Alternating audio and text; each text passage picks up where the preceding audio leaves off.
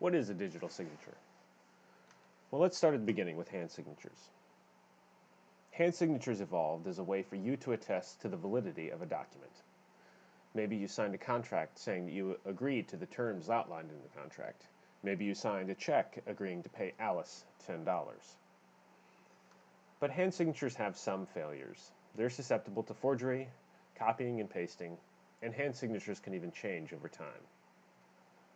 Digital signatures provides a solution to the potential problems of hand signatures. First of all, only you can produce your signature.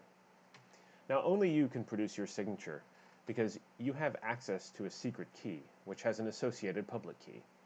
Watch the video on public key cryptography to learn more about this. Signing a message is equivalent to taking that message and combining it with your secret key. This produces a string that only your key could have created.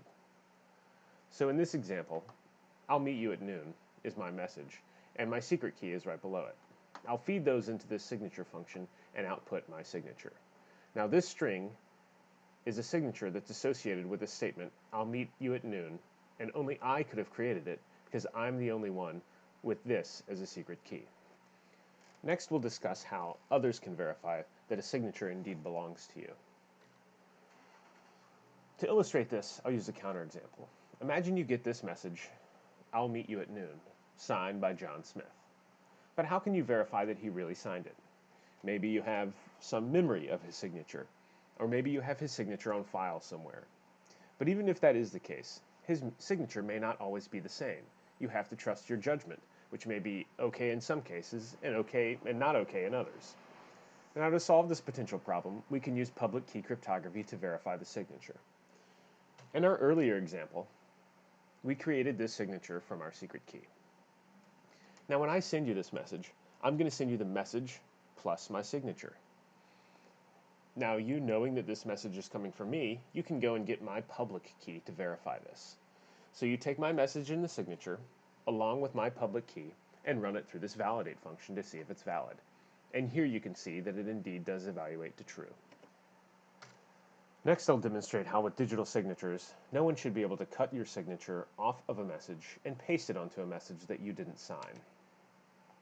So, say someone intercepted my message and changed the text to "I'll meet you at 5:30" instead of noon. Now this is like saying they put my signature on some different text. Well, when you receive this message, you can get my public key and run it through the validate function, and it should return false. Now if I had indeed written "I'll meet you at 5:30" and signed it with my secret key, it would have produced an entirely different signature. So just to reiterate, the signature above is a bad signature, and you can tell that with the validate function. If I had indeed said "I'll meet you at 5:30" and signed it, it would have produced a much different signature.